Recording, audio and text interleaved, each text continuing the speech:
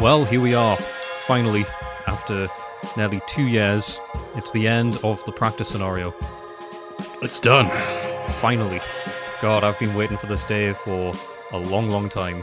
Just about 2 years between nearly 90 episodes. Is this episode 90? And this will be... we should probably know this, but Yep. whatever it is, it's the end. And through history segments, common grounds, fruit zones, mailbags, one live show, it's finally wrapped up.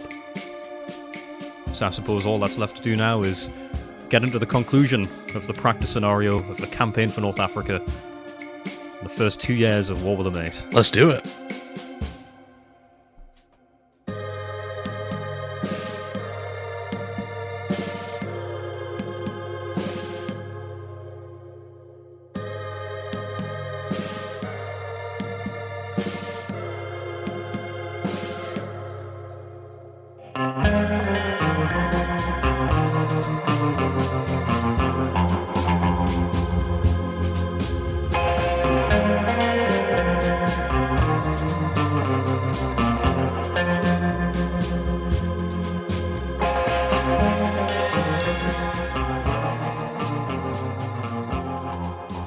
Hello, one and all, and welcome to War with a Mate with me, James. Me, Andy. This is the day we've been waiting a long time for. It's the end. Practice scenario's over. It is. At long, long last. Andy, how do you feel? Good. It's rare you finish a 2-year-long sort of project. Yeah, it's been a real doozy. It was 30th of October that we first came across the game. Yeah. That's when we found the listing on eBay. We'd found out about it like a week beforehand. The game, of course, being SPI's The Campaign for North Africa, a board game that has no documented recordings of the full game being completed. We're going to change that. And we thought, 6-turn practice run to begin with. How long can that take? Well, the answer is from November until now. Yeah.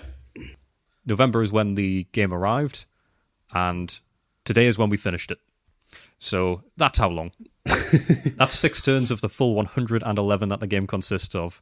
And yes, we will be repeating these first 6 when we go into the full thing. But for now, I suppose the important thing to do is to recap and go over just how this ended. Yeah, so we ended halfway through, ended halfway through your movement last time, so we finished up the combat part of your turn. Yeah, my movement was all wrapped up, apart from the combat. So that's where we opened up. And we had a few fights to resolve. We first of all had the battle along the escarpment, Yes. the Hellfire Pass. And that opened up with the 4th Black Shirts having an engagement with the 16th. That one was a little dicey. I could have had better in that situation, because that led to a... Was that... Hang on a minute, am I getting my things right? Was that even the... Yeah, that was the 4th Black Shirts. Yeah. Yeah. Immediately looking at my notes and doubting myself, but it was the 4th down there. Yeah. It's the other guys up at the top, the first. Yeah, they had a showdown with the 16th, and that really should have went in my favour, given the escarpment. Yeah, I mean, it did in terms of the roll, I think, the column. The table did. Because was it -7 or something like that? I don't think that one was quite as bad. I think that was -4-ish. Yeah. And the outcome of that fight was that I lost 15% of my guys and you lost 0. So I would have liked that to be different. Inverted, ideally. Yep. Because when I'm attacking down an escarpment, it moves the column 1 to the right for me. Whereas conversely, if you're attacking up an escarpment, it moves left 3. Yes. So it's much better for me if you're attacking me than I'm attacking you in that environment. Which makes sense. It does. And unfortunately, it wasn't meant to be. Nor was the next fight. Because the next engagement we had was the 62nd and the 4th working together to go up against the 4th Indian. Now, the 4th Indian, they're beefy guys. Yes. I've had some run-ins with them over the playthrough, and that was a bit of a messy conflict. That also resulted in you taking 0% losses. Yep. But I took a nice chunk, 40% off my guys. That's rough. That was costly. That hurt quite significantly. So then, we had to move on to the 2nd Libyan and the 16th. Yeah, they'd come up behind those two guys, so you had your two on top of the escarpment, my guys at the bottom, and then this was the one who'd come up behind. They came along the beach, and I was really confident that they were going to be destroyed. I'd had no faith in the 2nd Libyan whatsoever. And when they went up against the 16th and the 4th on their own, I fired off a holding off barrage for the 4th, so kept them at bay. And then the 16th we went up against 1-1, man-to-man, and I lost 10% still, but you lost 15. Yeah. So that one actually worked out better for me. That's after expending a ton of ammo, keeping your guys back. Quick side tangent, actually. Related still. It's not quite that time yet. The emails that have come through, we recently had one, which we will get round to reading, but it did ask about holding off barrages after an episode where we mentioned it recently. Yeah. A holding off barrage means that you can, instead of engaging in close assault when you're required to, because of proximity, you can instead fire off a barrage where the actual barrage points are equal to the number of units in the enemy's forces. So if they've got 4 garrisons, not garrisons, 4 battalions, then you need to have at least 4 barrage points. So that's what I used. That's what Andy used previously. So it means that you don't then have to fulfill a close assault. Yeah. Which was for the best for me, because if the 2nd Libyan went up against the 4th, that would not be good. Because I was losing with the escarpment benefit. Yeah. And this was just plain flat ground. So that was the escarpment fight. Then we moved up to Bardia. Yes. Now in Bardia, we had the 1st Libyan, the 1st Black Shirts, and the Tobruk garrison all running up against the 7th. Now this one was dicey. This one could have went either direction. And I'm amazed at how it panned out. Because how it panned out in the end was that I actually believe it was 0 in the end. It was flat. Yes. And with those rules, we both lost 5%. Yeah. That wasn't all too bad. I really expected that to be a lot worse with those guys rocking up. But lo and behold, no. It became a nice equals squeakles 5% each. Yeah. I was happy with that. In fact, Andy, I was so happy that is where I ended my movement for the practice scenario. Yes, you did. No more second moves, no extra maneuvering about. That's where I wrapped it up. Which means it was all down to you. Yeah, and I guess how are we gonna? Well, we started. It was Bardia again, is how we opened that up. Yeah, so I moved the New Zealand division. Mm-hmm. They did a whip round the back of your escarpment guys and arrived up at Bardia next to the 2nd Black Shirts. Yes, they did. Sorry, 1st Black Shirts. 1st Black Shirts. 2nd Black Shirts are the ones who were decimated. Oh, yes. And then the recon cars that were outside Tobruk, they whipped back down to Bardia. Yes. To take part in that. I think that was it pretty much. I moved a few guys around in case I needed them later, but they wouldn't have helped in the end. So then we had another fight at the escarpment, I think, which went worse for me. Yeah, well, initially we opened up, it was actually the fight at Bardia was the first one we did. Oh, I was just because there's a lot at Bardia. I was thinking, get that bit out of the way. That's a good point, because the escarpment was one and done. Yes. We had another clash at the escarpment, and it was first of all the 16th on their lonesome versus the 4th Black Shirts. Yes. That one went mostly in my favour. It was close, but I ended up taking 15% of your guys, but you did shave off 10% of the 4th Black Shirts. Which wasn't bad for them attacking up the escarpment. No, I was pretty pleased with that. I mean, I think my guys holding off as much as they did, and your guys with some pretty hefty attacks. So I was pleased with a 10% loss, taking 15 of yours. And then the 4th had their fight up against the 4th again. Black Shirts. Wasn't a huge swing, was it? Yeah. So the 4th Indian, you'll remember this in a sec, the 4th Indian and the 4th Black Shirts had a fight. The 62nd were also involved, my 62nd. Yeah. They had a pretty devastating clash. And this was the one where you lost 40%. That's it, yeah.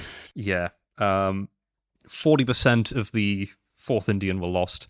I think that one had swung to -7. That must be the one I was thinking of, yeah. Yeah, so that was a bad fight for you.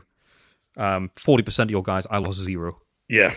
So very, very pleased with that. That's a significant blow to deal to the 4th Indian. And Really pleased with it. Really pleased with it. And then that last little clash down there was with the 2nd Libyan on the beach again. Yes, they had another. And this was the 4th Indian, the 2nd RTR. No, they were elsewhere. It might be someone else then. It was the 16th, sorry. I think it was the Yeah. 4th Indian, the 16th, and the 2nd Libyan. Now, in that one, you lost 20% of your guys. Yep. But I lost 10. Which leaves it to be that the 2nd Libyan were actually the toughest little guys I had in that fight down there. Yeah, they did Even though they didn't have the benefit of the escarpment, they actually lasted the best. So I'm very chuffed with that. I'm very pleased with how that panned out. Congrats to the 2nd Libyan. Yeah, very, very pleased with that.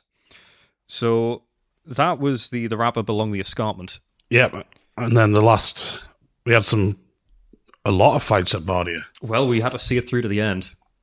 So the first one, the 2nd New Zealand and the 7th, they fought the black shirts. Yes. Now, this was one where I felt a little bit uneasy because that's 2 divisions up against one of mine, and my divisions aren't quite as hefty as yours. So it's to nobody's surprise that you lost 0% and I lost 30. Yeah. That was a painful swing. That sort of put me on the back foot. And once that fight was out of the way, because the 7th had to fight them, they could focus on Bardia. Yes. Now, this is where things went particularly sideways for me.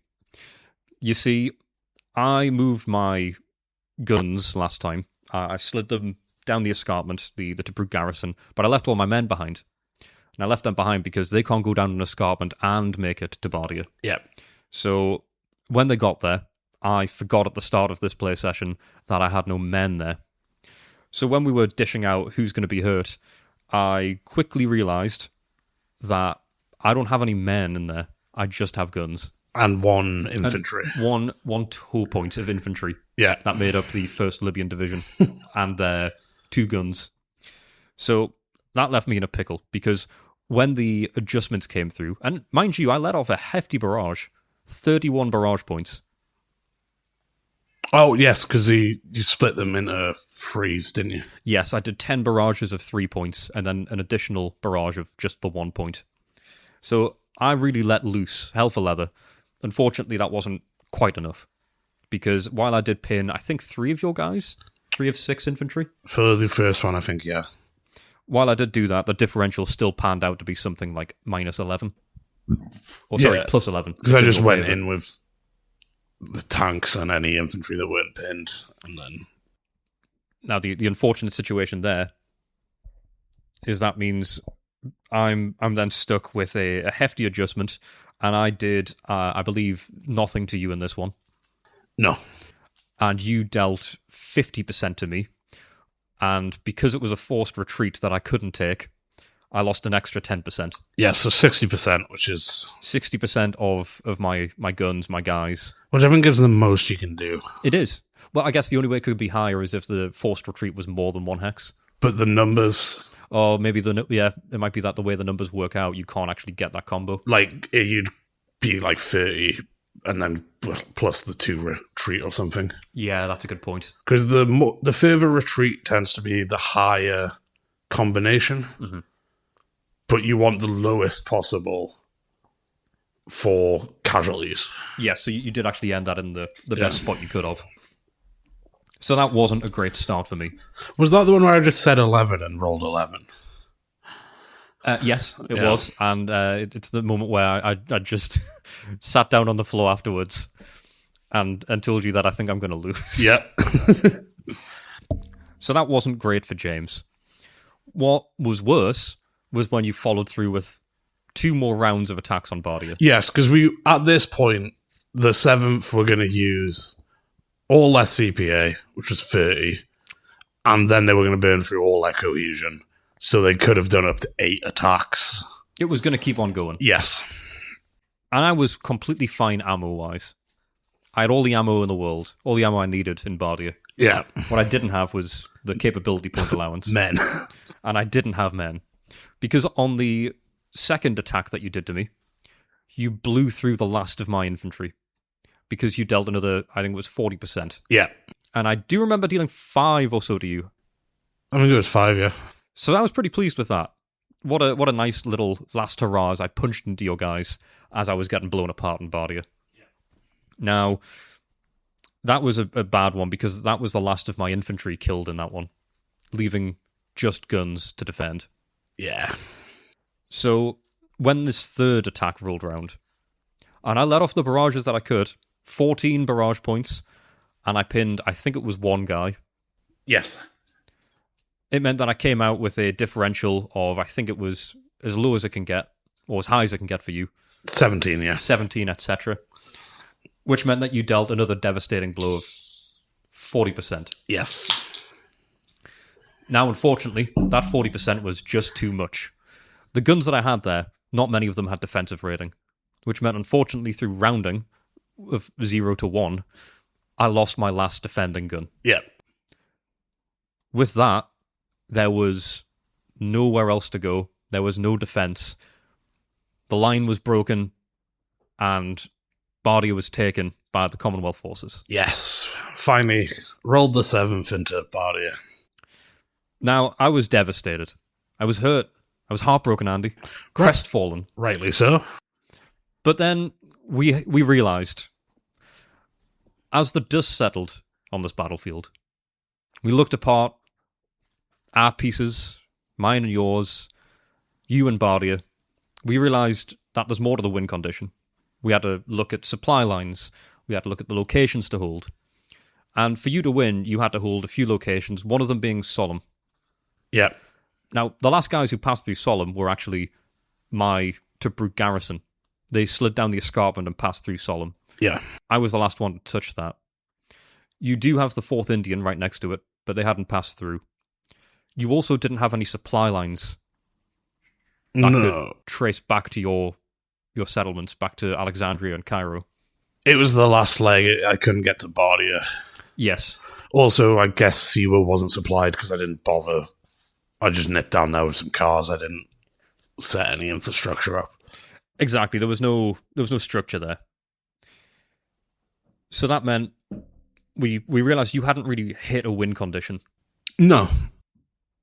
But by the same merit, when we had a look and I saw the state of that battlefield, all of my guys boxed in all around Bardia with very little fuel, even less ammo, and a lot of them absolutely zero stores. A supply line that's now completely fractured because I only had one group of trucks left, which was over on map A. Yeah. The trucks that were in Bardia, now yours. While we said that I had the first win condition and that was going to hold unless you met one, there's no way that what happened there constitutes a win for me. Not at all. That would be a fucking lie. Yes. And we can't have that. That can't be how this wraps up. That wouldn't be fair. But I couldn't, in my right mind or good conscience, look at that and say that's a victory. That's not right. By the same metric, I guess I couldn't also call it a victory because I hadn't hit the win conditions. Well, that's true. So for two different reasons, we both found that while we've had our fair share of getting close, neither of us quite hit the mark. No. There was no win condition met in the end. So because of that, we have our conclusion for the practice scenario of the campaign for North Africa. It's a tie. No one wins. No one fucking wins. Is this disappointing? I'd say a bit. I'd say it's a shame there isn't a definitive victor. Yeah. But also, I guess it is a nice setup for the main it's nice that we game didn't that have, there's not like one of us blew the other one out. no one crushed the other person. Yeah. And all in all, after all of the missteps and backfires and rules mistakes, clarifications, through all of it, did we play a full scenario the way it was meant to be played? To the best of our ability, yes. But not rules as written because of some of those mistakes. Yeah. Right down to, at the very end, me using the Tobruk garrison's guns that are meant for coastal defense. So we had that, and one last rules mishap that we found at the very end of all this, in the last play session, is vulnerability losses for guns. Yeah, so you should lose more guns than we were losing because we were just doing the close defense. But you should also lose 50% of their vulnerability points. 50% of the amount of raw strength points, you have to lose that in vulnerability points. Yeah. Of your forward guns, or if you overrun all of them. So that's another thing that we've realised in the 11th hour, that not only the 11th hour, at midnight, we've realised that we've made a mistake with that too. I do think we've played a fairly close... Like, we've obviously made mistakes, but I don't think it's like an invalid... I definitely wouldn't say invalid. No. I'd say we did a bit of... we put a bit of flair on it in the end, by accident, for the most part. But we played a game as solid and as closely as we could. We started off this whole thing by saying that we aren't experienced wargamers. Nope. We weren't students of history. We just had the game, and we thought that gives us the right. We played it the best we could. We played it as closely as we could to the game, as Richard Berg and SPI determined it to be. And in the end, maybe a draw is the right way. Maybe that was always the outcome. And had the same... It wasn't like at various points each of us were working under different rule apprehensions. No, so in terms of the result, if we're both wrong, it's not like someone's got an unfair advantage. It's still equitable. Yeah. We've been playing the same game, even if parts of it have been determined wrong. Like the road breakdown situation. Yes, that was a big one. Gun losses. That one I don't actually think would have had that much of an effect. But I guess we'll see in the main game how those vulnerability losses add up. We'll find out, yeah. And that's another thing. We have a lot of rules that we've learned along the way, a lot of mistakes that we've corrected. And now, going into the full game, we know what those mistakes were. Yeah. We've got a solid idea of how to play the game. And we're also going to be streamlining all of the spreadsheets, the paperwork, so they could be shared as well as we play the full game. Yeah, so you'll be able to keep us honest for those of you who do know the rules and will have already been keeping us honest. So exactly. For all you diehards that love to read the rules alongside or even have your own games going separately, you'll at least be able to follow our spreadsheets as and when you please. And it means that you've got a bit of access to that. If there's mistakes, call us out, correct us. And if not, if it's just out of curiosity, you can see how it works. You can see behind the curtain. Look at how it works. Yep. But, wow. How do you feel, Andy? I feel good. I think it was a really exciting end. It was. I think the game actually built the entire time rather than the other way around, which is good. It makes me sort of excited for what's going to happen in the full game. I think us being fairly even, I think is very important. Because if there was like a big skill gap between either of us, the full game would become so much worse. Yes. So that's good. And also I do actually have fun playing, which is a bit of a surprise. Now, if we weren't doing the podcast, the amount of work you have to put in to access that fun, I don't think is worth it. But the fact we did put it in, it was actually enjoyable at the end. Yes, well, that's a very big point. This was because of the podcast that we got through this part. Yeah. And it's also the reason we're continuing. And I guess, yeah, we'll say it now while people are tuned in and listening. We are continuing. Yeah, we're not taking the exit ramp that this was, which is the last one. This hasn't broken us. This isn't the end. We are going to continue. We're going to play the full game. We've wet our whistles. We've got the appetite for it. We're hungry. Yeah. We got those hungry eyes. And we will be finishing this game. Round 1, all the way to the final turn. 111. The whole way. What's crazy, Andy, is that, if you think about it, if we continue playing from this point on, and kept the progress, imagine having to do another 95 turns with what the current gameplay state is. Yeah, I don't think... Well, I think because of the last turn, we both, no one has any stores. If we did just be we don't want to do that again, let's, take it over to turn 7. I mean, every single thing on the map just is starving. Yeah, no one has any stuff left. Chucked all the stores in the bin so they could carry ammo. Yeah, the whole thing was an absolute mess in the end, but that's because it got to that state. That's because it was the last turn. Yeah. I mean, I'll be honest. I think I got there in turn 5. But I'm happy with how my tactics went. I'm happy with the defense that I put through. Yeah. I think the game itself, like you said, there is fun in there. The ratio of what you put into it to the fun that you get out, I don't know is entirely equal. I think if we nail the automation, it might be a bit more balanced. It will get closer. It won't be as fun as, well, I think any other board game I've ever played. Yeah. Maybe more fun than Pandemic. Monopoly. Didn't enjoy Pandemic. Monopoly is actually not all that bad. I think I'd rather play Monopoly. We've done this. Go check out the live show on YouTube. Yeah, we did debate. That was the common ground.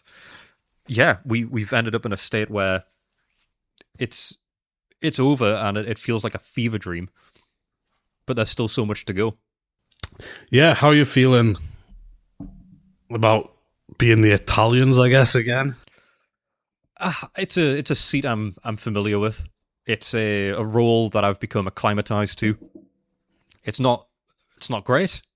They aren't fantastic, but I think push hard will be my opening gambit. Right, because you played quite a defensive. I played opening defensive this time, yeah. And it's the opening's Graziani's offensive. I've got to make it that. I've got to go all out and really push you, I think. Yeah. I've got ideas as to what I'm going to do. I'm not going to divulge too much of it because that would be silly. Fair. But I'm going into this thinking that I know what I want to do with it. Oh, cool. I need to do a bit of... I've got a list of, like, you fucked this up, but I've not turned that into... A plan. A positive thing. Whew. Yeah. It's there's a lot to think about in the interim. I guess part of what we should talk about then, now that we've wrapped this up, is what happens next. Yes. We're having a little hiatus from the game, not the podcast. Yes. Podcast should still be as weekly as ever. Yes. We know when we're starting the game. We've got that in mind. We'll announce it. But we are going to use a few weeks to, one, go over the rules again, fine-tooth comb. Yep. Sort out all our spreadsheets. Get a bit of a process sorted for keeping the website more up to date for you guys. So you've got pictures, some grouping. Hopefully the history stuff will be a bit structured on there so people can, if they want to find an episode they can about a specific topic, that can be easier for them. Yes, we want everything to be easy to track, everything easy to share with everybody. Pictures, files, the whole shebang. Some extra bits and pieces, which we'll get round to as well. We'll get into that in the next few weeks. We'll explain more about that. And yes, we have a set date for starting the full game, which we'll make a big thing of. It'll be a big occasion, and it's a definitive date. So you'll be able to mark it in your calendar, and it'll be fun. It'll be fun. We've got some exciting stuff lined up.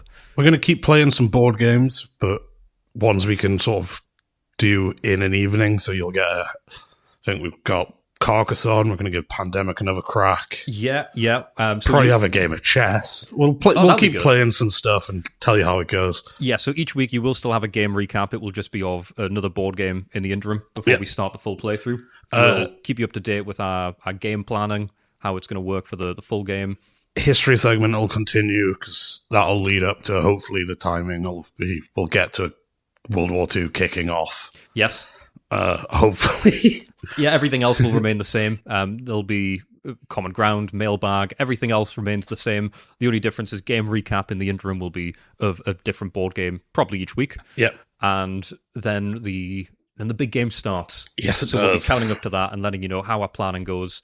We just didn't want to get into a state like we were at the very start, where we're talking vaguely about planning to play the game and just an hour of tangents. Yeah. So we thought this way, it's a bit more structured. You still get game recap, everything stays the same in structure, which is a really good idea, I think. We'll just be using that time to get everything nailed in the background.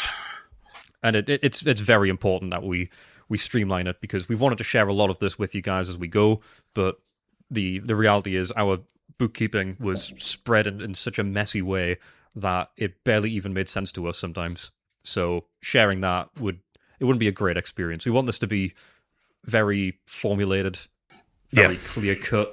So if anyone has any questions, or if they just want to follow along coherently, they can do exactly that. But I'm excited for that. I'm excited for a bit of a breather in between. I say breather, we will still be doing game-related stuff. We'll be figuring out how to structure it and planning as well, how to actually win, which is a big part. But God, for the first time in so long, I'm not going to be playing this game every week. I wonder if we'll miss it.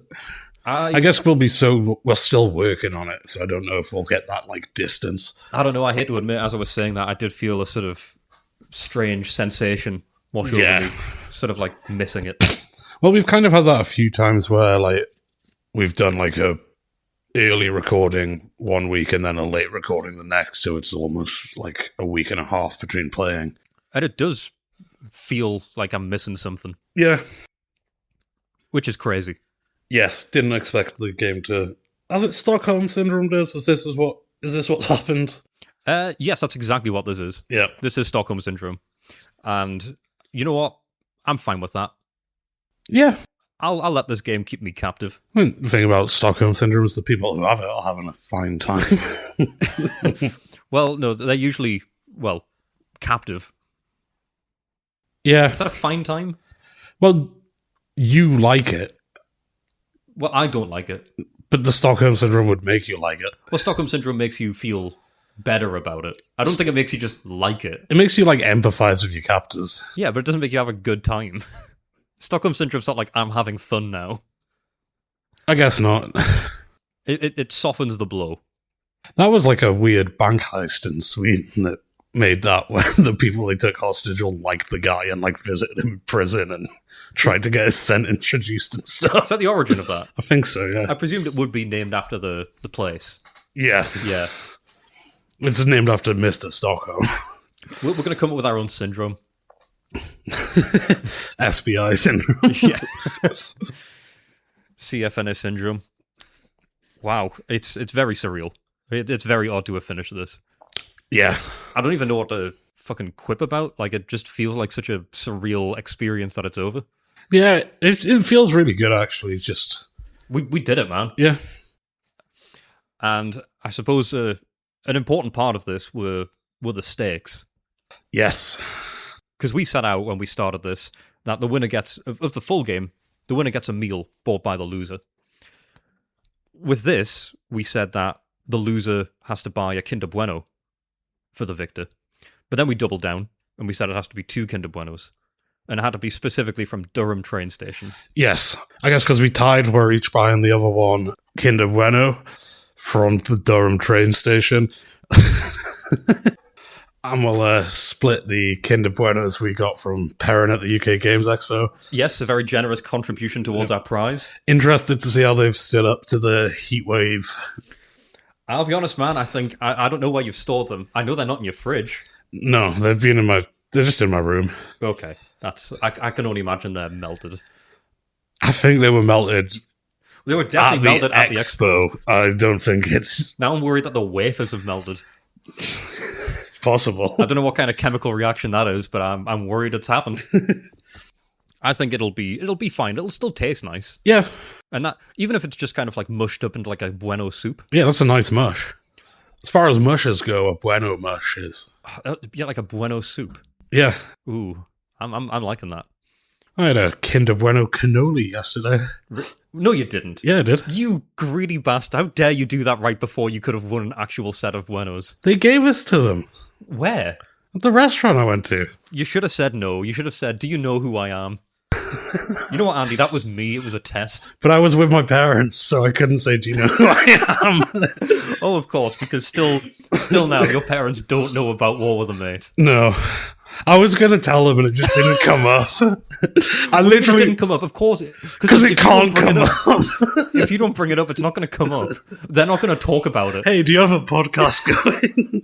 I swear to God, if you're waiting for them to ask that question, I'm not going to be happy. The thing is, if they ask that question, it means we've got very lucky and blown up to the point where parents have become aware of this through osmosis.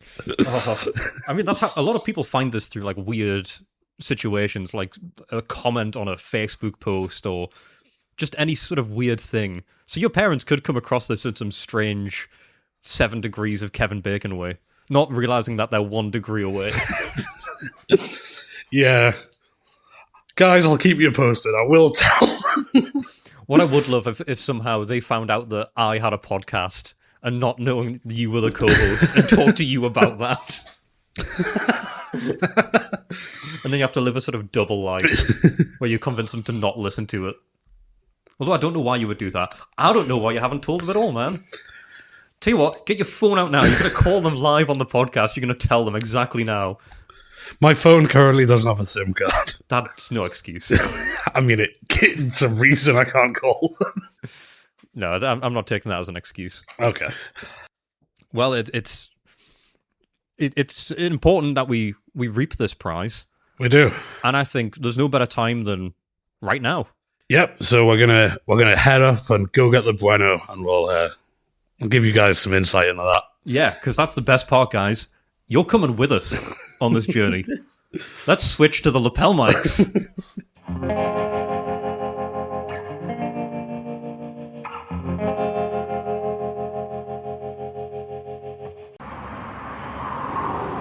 Oh, it's quite a bit of a... Picking up a lot. Yeah. Oh well, that's fine. I guess it does seem to be picking up us talking. So yeah, waiting for the bus. Yeah, gonna get the bus to the train, and then get the train to the train station, and pick up a bueno. More than made outside, first time. Yeah. Going on... Well, we've been on the road, I guess, but recording it. Yeah, it feels very odd. Feels like I've got some sort of strange disorder talking It to myself. does feel like you shouldn't be doing this in public. No, it does feel wrong. Now we're putting it out there. You know, there's one thing to do a live show, but I think doing it in the street, Yeah. it's unwieldy.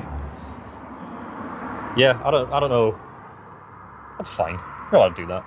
Yeah. I'm just gonna pray that there is actually a bueno there. That'd be so funny if it wasn't. It's gonna be really awkward if there's no bueno. Yeah. Well, then we said we have to go into Durham. That's a good point. This could be a longer trip than we thought. We really want an in and out, but no. Quick in and out journey. We'll see how it goes. If there's flavours, Yeah. what flavour would you go for? I think I'll just go a classic bueno, you know? Yeah. I think we were doing it for a bueno, like... I don't know, if there's dark chocolate, I might go for that. So bougie. That's fine. That's a normal request. Ah, You're buying it. I can pick. I'm buying it, I'm picking. You can pick. You can pick which one I get you. A classic bueno.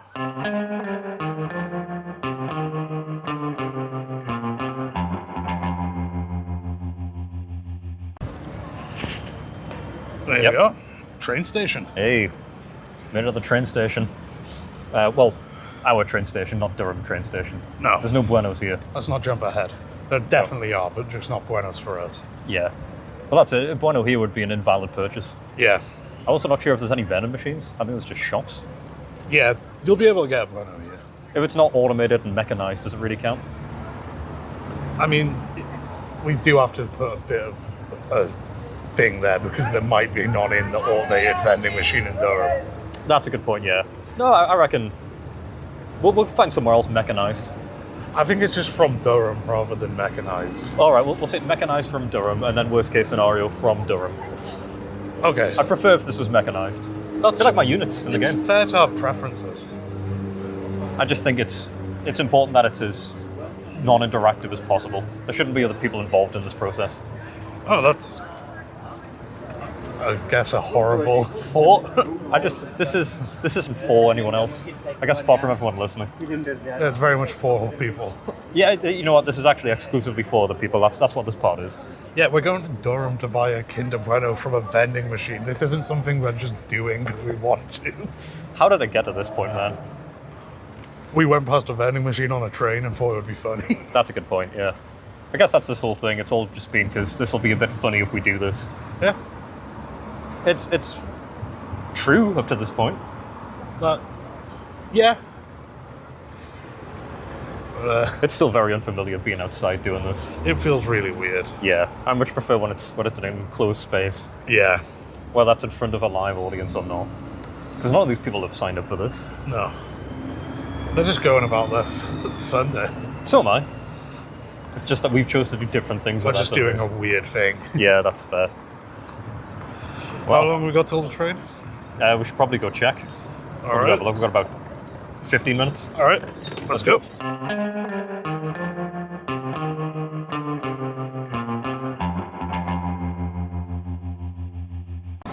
All right. Here we are. Done. Moment of truth. See if it's see if there's anything in there. I'm very anxious that there might not be. I think we're good.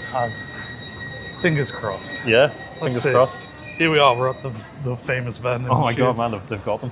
They've not only got Kinder Bueno. They've got what is it? Is that white chocolate and dark chocolate? I think just white chocolate And milk chocolate. and then a Kinder.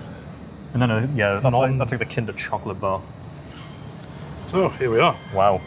How much are they? Here it is. It doesn't actually say. If you press the selection, it'll probably tell you. It should. So 32. It's £2.10. Phew, That's not super cheap, is it? No, it's a pricey Kinder Bueno. Well, needs must. How do you go back on this? There you go. Back home. Platform 2 Right. of the 1719 Guess we gotta get the Bueno. Zuma service to Newcastle. Right. Calling I'll get it this sorted. Newcastle That's what we'll only. pause for now. This train has Get them 9 sorted. coaches.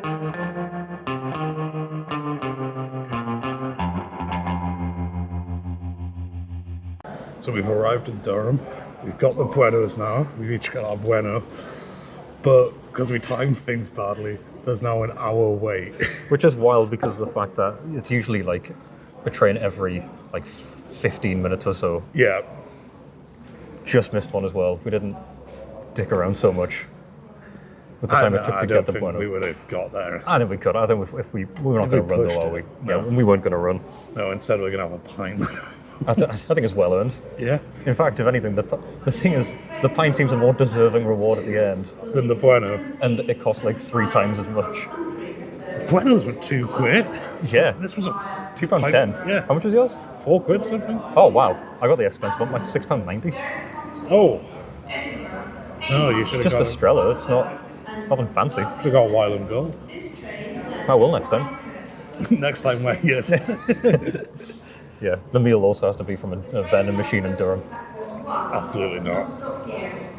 Oh yeah, thought we're gonna get back earlier.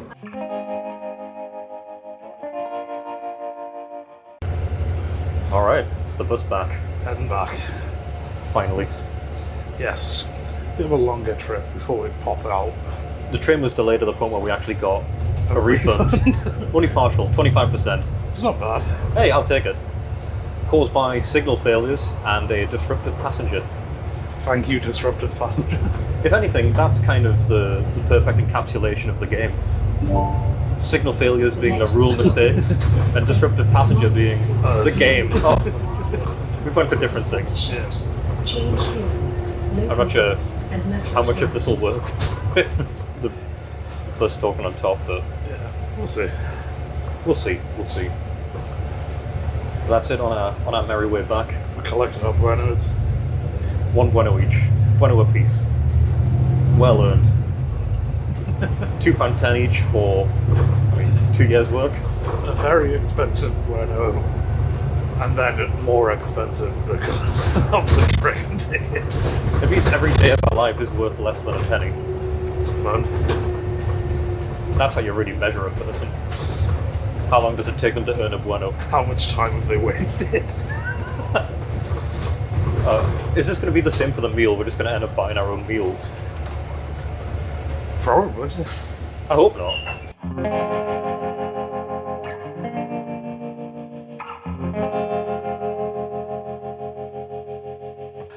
And we are back. We're back home. We're nestled in nicely, and we have a Kinder Bueno each in tow. We do. Andy, how does it feel? Feels like we went to way too much effort to get a Kinder Bueno.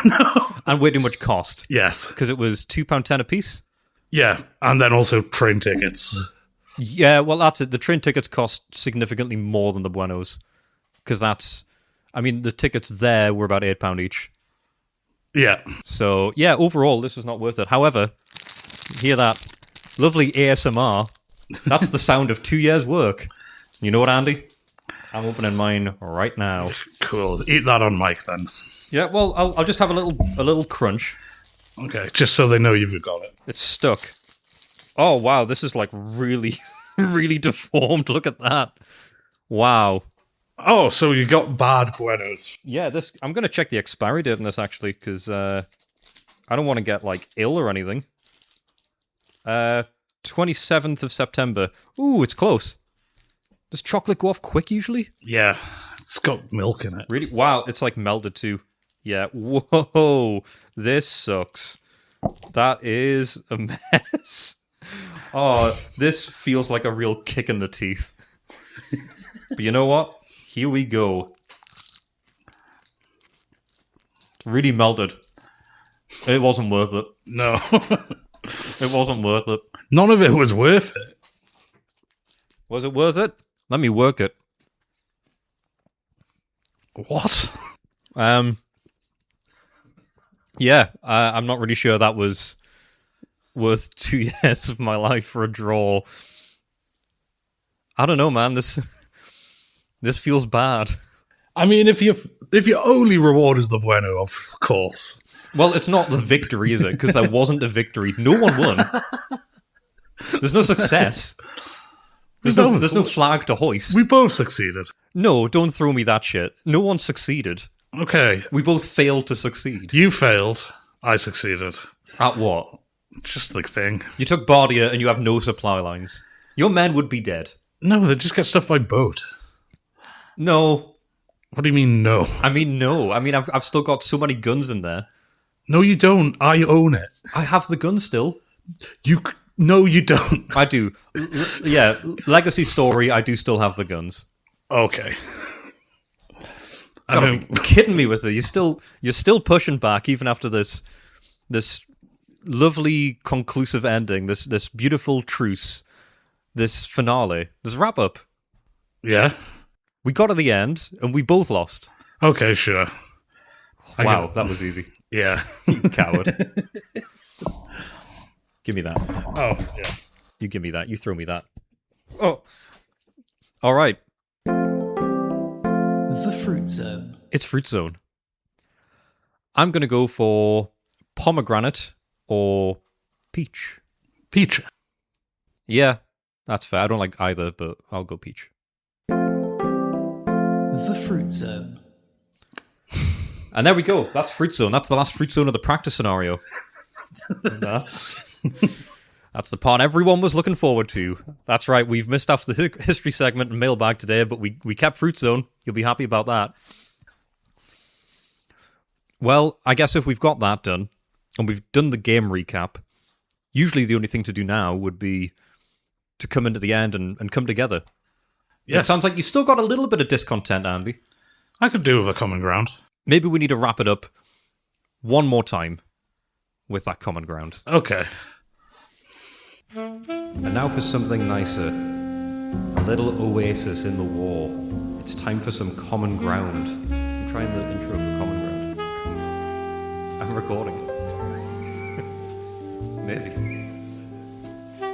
Yeah.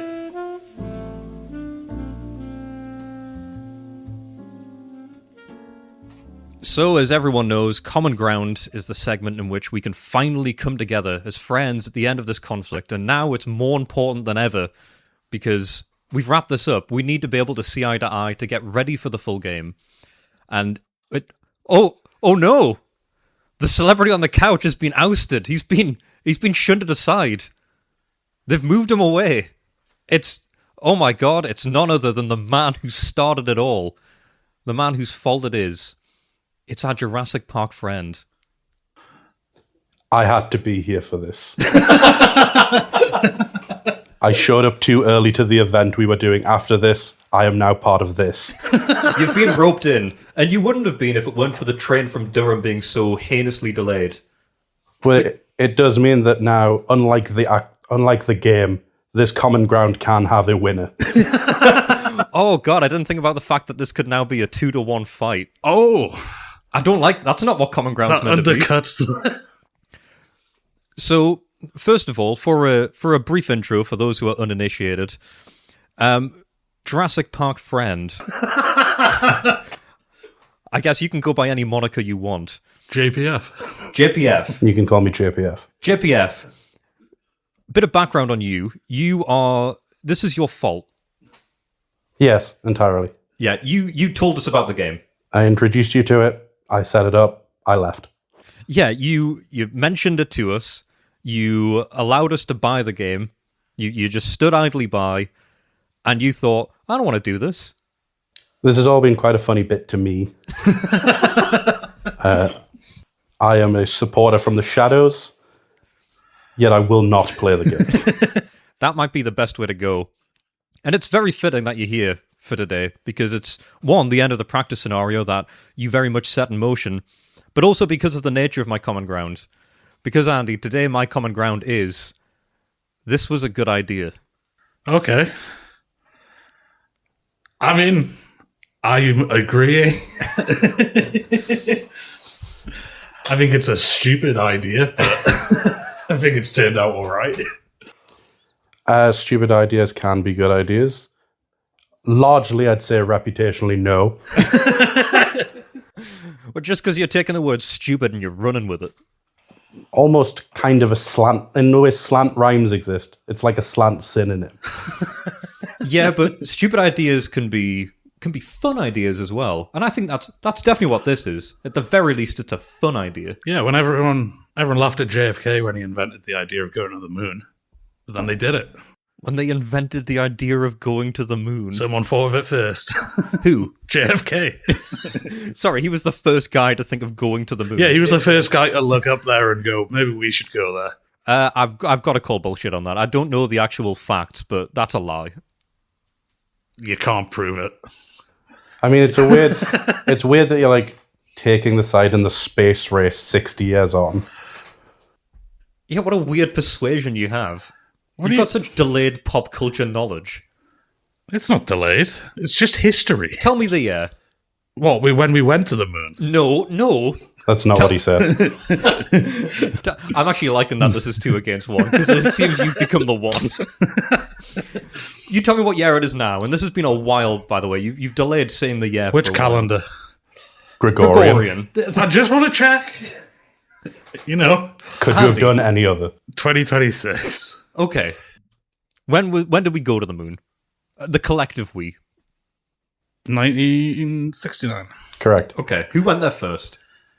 Well, we can get into that. Okay, let's hear it. So, the Nazis. Right, okay. This is... No, it was America, with the help from the Nazis. So, if anything, this is also game tangential. Yep. It's all parallel. It's all indirectly connected. America arguably wouldn't have got to the moon if we didn't win this theater. You're saying we didn't win this theater, and you're pointing towards the board game in which no one won. Because what you're pointing at there is a fictional representation. No, we won in real life. Won in what sense? Beat them. Well, not the space race, though. Yeah, we won that too. Why do you count we in the space race as us being America? So I get to be on the winning side. I would have done the same if the USSR did it. You're a coward. I'm a comrade. That's worse than a coward, because you just said you're on America's side. Yeah. You're a turncoat. Yes. Well, to circle back then, because you've ruined this. But you didn't have a tangent this episode. You started this in support of America, by the way, saying it was his idea. You don't know whose idea this was, do you? JFK's. In a way, JPF, you're the JFK of this situation. It was your idea for us to go to the moon, and I'm the Buzz Aldrin, in that I took the first step. Second. No, Buzz Aldrin stepped first. Yeah. Neil Armstrong. Neil Armstrong was second. He just said the bit. That doesn't seem right. The same way that you say subtle, humble, and brave. Yeah. I actually took the first step. People just don't see that. Because I said deserts of our minds. Yeah. That was the metaphorical first step. You just came in afterwards. I think you're Michael Collins. I'm sort of the Michael Collins of this. Actually, that is fair. I have flown the ship, yet I will not get off. Did Michael Collins die on the moon? No, he he didn't even just- go on the moon. He didn't get off. He just stayed on board. He flew Yeah. there, stayed on the lander. He did not go to the moon. Wow, that guy lost out. No wonder I can't remember his name. Yeah, he had to keep an eye on things. I don't think he even got to go on like another trip where he was the... What were they worried about happening with the ship? It went. Yeah. It blew up when he wasn't there. Right, the thing is, if it blows up when he is there, that doesn't matter. He might have been able to stop it blowing up. How? Let's think of a scenario where it was going to blow up on the moon. Presumably he's an engineer. Yeah, but abstract that part of the rules. Abstract the part where astronauts require massive amounts of training. Yeah. Do they really, though? Yes. Yes. Right, okay. Do you have any proof to hand? To hand. That's what I thought. I didn't even think Andy would mention the space race as part of his allegory for things being an idea. Well, that's what you've missed out on by not coming along with every common ground so far, because Andy says a lot of bad things, like having kettles in more than one room would be a good idea. You remember that one? It is a good idea. Yeah. It's not. Yeah, there we go. Getting called out at the end. I just thought we'd cycle around to that one more time at least. Andy, would you like a rebuke? I can weigh in on one common ground where I might back you. Ooh, done about that. Let's actually move on. Also, you wouldn't like that, JPF, because the fans are very much on my side, I think, with that one. On all of them, though. Someone called Andy a cunt. It's the most hate we've got ever, was the kettle discussion. It was the most hate you've got. I think the most hate anyone on the show has got. That's true. I think collective, because I've not had individually targeted flack. No. And you've also been brought up before, JPF. Someone asked for a cameo role from you at some point. So it's nice that you've been able to step in at the very end here. Well, I do listen to the fans.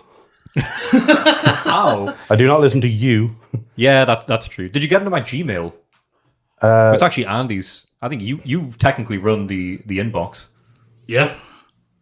No, I'm poised, waiting for a moment, waiting for the actual campaign. Oh, well, that's a good... I mean, you've got like a 29-year span. Yeah, I mean, sadly, that's probably the rest of my life. Well, It's definitely the rest of ours. well, with it being the rest of ours, and with the common ground being that this was a good idea, you've been someone watching this from the outside. You're with us all the time. Not all the time, I guess. You're not the celebrity couch on the guest. You're the one who's ousted him. You put him out in the yard. It's where he should be. It is. Thank you. That's what I've always been saying. The sofa's a bit too generous. There are too many controversial people here. I think we're lovely folk. I think we're, dare I say, subtle, humble, and brave. Well, the fans seem to think Andy's a cunt. Just one guy. We only had one email that said that. Yes, but for every one person that leaves a comment, it's... Oh, that's a good point, Andy. You think about the metrics. I mean, yeah, people weren't happy with the kettle thing. Oh, I'm so glad we got to call you out on this at the very end. But as an outside person looking in who's been around this so frequently, where do you weigh on this being a good idea? I don't think it's a binary option. I think the most you can say is it's an idea. Oh, it's very common ground. Oh, he's very much common grounded us there, Andy. Yep. I agree that it's been an idea. And when I look at parts of it, when I think about the frustration I had with the rules of the game, when I think about all the times I wanted to stop playing because I misunderstood a rule and that ruined my day, or I think about a trip to Durham that should have been like a 5-minute stay there and became an hour. Can't really blame the game for that one. Oh, well, I wouldn't have went to Durham for no reason today. That wouldn't have happened. I guess. So this is SPI's fault. Thanks I a don't lot. think Thanks Richard a lot, Berg. Richard Berg. I don't think Richard Berg knew in 1978 that he'd be the reason I'm stuck in Durham for an hour in 2026. But he is.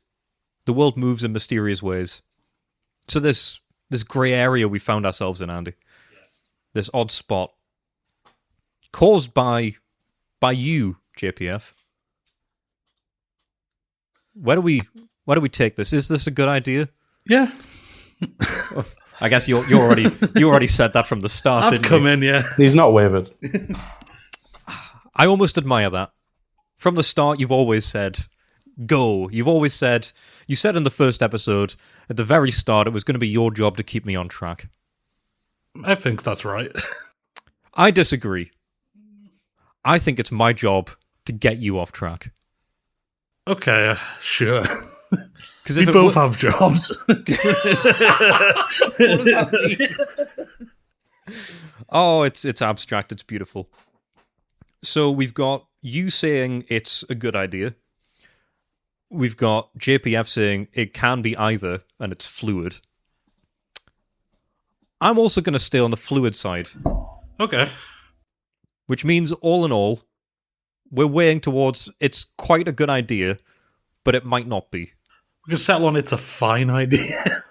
A fine idea indeed. It seems to balance out where I'm right, and it's an idea. You really are the JFK JPF. That's right. I win. He's 1 for 1 on common ground. Wow, that's a common ground that matters, because that really is the foundation of what comes next. I guess if we'd all said no, this would have been over. Kind of what I was hoping for. Yeah. Kind of hoping I would say this is a good idea and everyone would immediately rebuke it, Nope. and I'd have a really good excuse to not continue. I can see you eyeing the exit ramp. I'm not going to push you towards it. God damn it. Really thought I had a way out there. Nope. Yeah, when it's an idea, you kind of have to do another, 1,000 episodes, 10,000 episodes Stop to saying really it out get loud. the answer. That's... Wow, how beautifully nuanced. Well, we'll play it through once and then we'll swap sides. I don't really fancy playing it once. So Tough shit. if we're playing again, you're coming in on this. It's going to become your problem as well. I didn't think about this. Yeah, there's no way in hell that we're doing this a second time and you're taking my place You've second cornered time me. round. You've cornered me, and I'm threatened like prey. You know what? You're also my heir. I've decided now you're my heir. I'm older than you. Yeah, but that doesn't matter. I think if there's one thing that people have learned listening to this podcast, that my diet it's not well put together. I'm not a man of health. We eat largely the same things. I eat worse in larger quantities. You do eat a lot more salt than I do. I think it's important to have a good sodium intake. Like a supply line. Like a supply line, that's beautiful. What fell, Andy? My phone. What a loud bang. You got 2 phones now as well. Currently 2 phoning it. You replaced your old broken phone? Yes, with a new phone, but Which phone fell? old phone. So there's probably glass on the floor. It was in such bad state. Yeah. It's in such a bad state of repair. Yeah. Ooh, new cracks. Well, of course. Why do you keep that?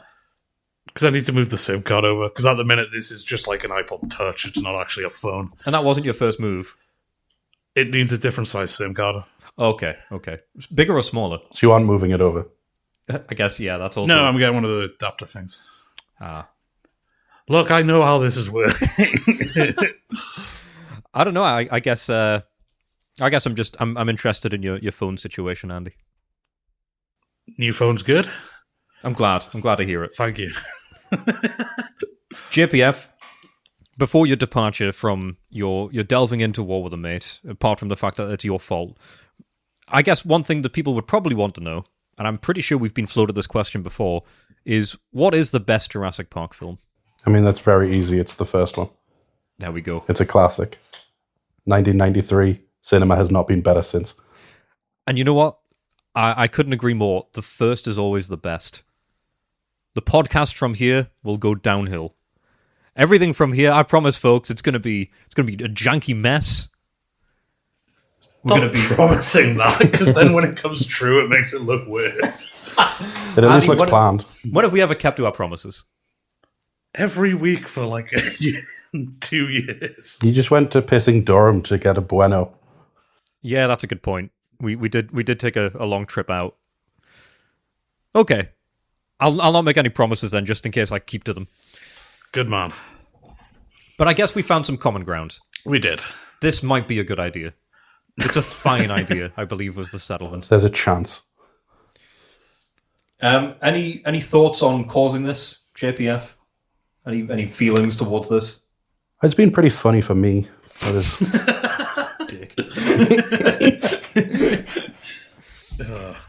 You set us on course for a long journey. He really did do the equivalent of just like farting in an elevator and stepping out, just leaving us in there. It's a much gentler analogy from mine, which is throw a grenade into a room and shut the door. This has all been one very long, like, r/am I the asshole for me. I'm going to have to put a yes on that. I think everyone sucks here.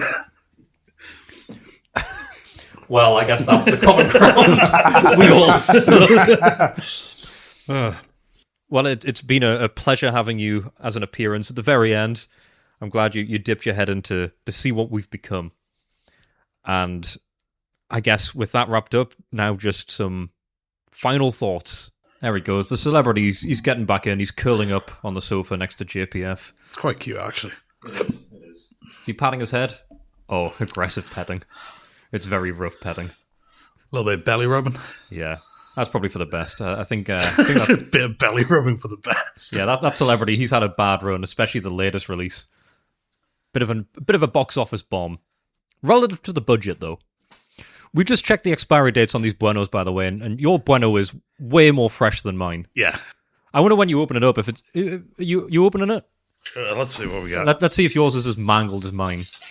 Because mine's a real mess. It's a bit melty. But that's nowhere near as bad as mine. No. Mine is, I mean... Look at that. Yeah. That's horrific. It's like a crime scene. Or just poo. Well, that's a lovely image. Well, it all boils down to that, doesn't it? Yeah. Visual storytelling. That's what we've done start to finish. We've painted a beautiful picture. But an important part of it was not the game. Bit of irony on that. And not even having fun with each other, because a lot of the time I wasn't having that. Oh, good. You know that. I've been very, very transparent about that. That's not news. It's been everyone following. Yeah, that's been the best bit. We started the podcast as an accountability tool. And unfortunately, it's worked. It's worked fucking wonders. And when I started this, I thought it was going to be the case that a few people that I know personally would listen. And some of those don't even listen. No. But a lot of people have. To throw out some thanks. People who stuck around from the start. We had our friends Dev, Jay, Saran. Fuck it, I'll even say you, Ruben. I know you've dropped off. But you all stuck around. You listened to it at the start when I was peddling it every day at work. And you stuck by it. And all the people I talked to before we started this, when I told them I was buying a game for this much money and we were going to play together, two friends, and finish it no one ever had before. And all the people that did stick by that, thank you for that. And everyone else who listened along the way, everyone who's emailed in, people who've attended the live show, people who've shared their own odd quirks and strange hobbies, history segment ideas. Yeah. Everyone who's been part of that, everyone who shared their own part of this has made it what it was and has made it worth doing. And each and every one of you are subtle, humble, and brave, and have made the deserts of my mind much more bearable while playing this. Andy, anyone you want to thank? Your parents, maybe, for the support? Maybe one day I'll tell them. Yeah, sure. Thanks, my parents. Maybe they'll find this in 10 years when I tell them about it. Yeah, just thanks to the fans for sending stuff in. It's always really good to see a little notification for an email pop up. It's been a journey, and it's only the beginning. We've got a hell of a way to go, and it's going to be a mess. You're going to hear us rejoice, you're going to hear us suffer, and it's mostly the latter. But I think we'll do a jolly good job. We got a lot of stuff coming up. We've got the hiatus in between. Yes. We've got the full game. We've got a few exciting bits on the side. All of it's going to be running parallel. In the weeks to come, we're going to be announcing it as we go through each episode. The full playthrough is coming. We'll announce that within the next couple of weeks, I would expect. It's a definitive date. Stay tuned for that. But for now, we can rest. Yeah, thank you for listening. We'll be back to the structure next week, but a bit of a fun one for the end of the scenario. And yeah, thanks for listening. Stay subtle, humble, and brave. From the always and forever to be deserts of your mind, good night.